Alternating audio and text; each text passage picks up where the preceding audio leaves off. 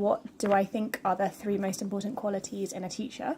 I think the first, as a foundation, is just a really extensive knowledge of the subject that you're tutoring.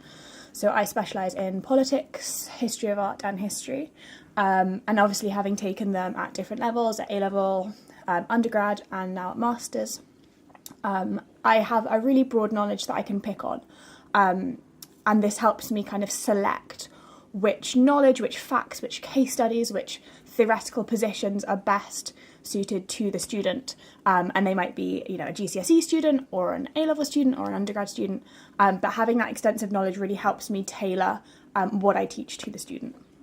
The second, kind of two together, is creativity and with that flexibility.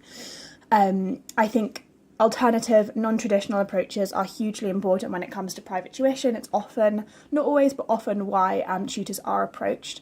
So having that creative drive in your learning techniques and how you approach sessions is hugely important to enabling students to reach their ambitions.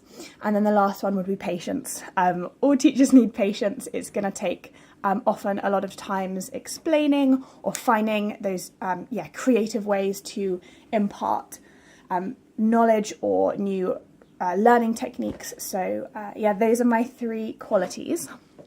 The next question is, what are my best experiences and biggest challenges in teaching?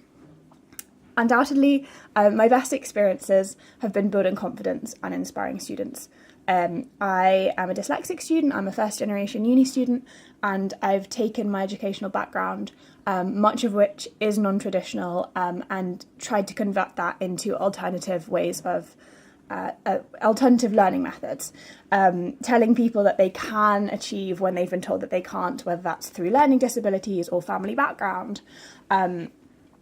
And I've just really enjoyed finding new ways of inspiring students. And, sometimes that's just telling them that actually, they can write an A-star essay. They just need to think about it another way, the way that their student's been telling a class of 35 how to write an essay doesn't always work for everyone. So just having those really deep one-on-one sessions where we can nail into the details, I find hugely rewarding. So just inspiration, building people up, and also building those long-term relationships where you can see someone grow has been incredible. And then biggest challenges, I think it's to do with those good experiences. Sometimes the challenges come with those really great experiences. I think it's towing the line between inspiration and realism, between emphasising how much hard work is needed, but also not being overwhelming when you're speaking to students, especially if they're taking exams quite soon. That can seem quite overwhelming.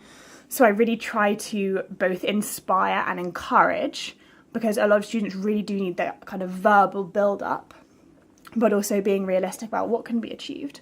So trying to toe that line, I can sometimes find challenging. And then the third question is, why did I get into teaching and what else do I do for work? So I got into teaching when I was, private tuition when I was 16. I started tutoring an English student, building up her confidence in English because her parents were non-native English speakers, so they wanted to support her as she went through school. She was 10 at the time. I've just finished my tuition with her. She's about to start her GCSEs, or she's starting her GCSEs in September. So that's obviously a really long relationship. That was my first student, and then I've just kind of built up from there, whether it's older children, GCSEs, A-levels, undergrad, etc. And then what else do I do for work? So I'm doing an MA in conflict resolution. I work with charities, NPOs, in research and communications, in politics and conflict. So mainly international relations, and working with some think tanks as well.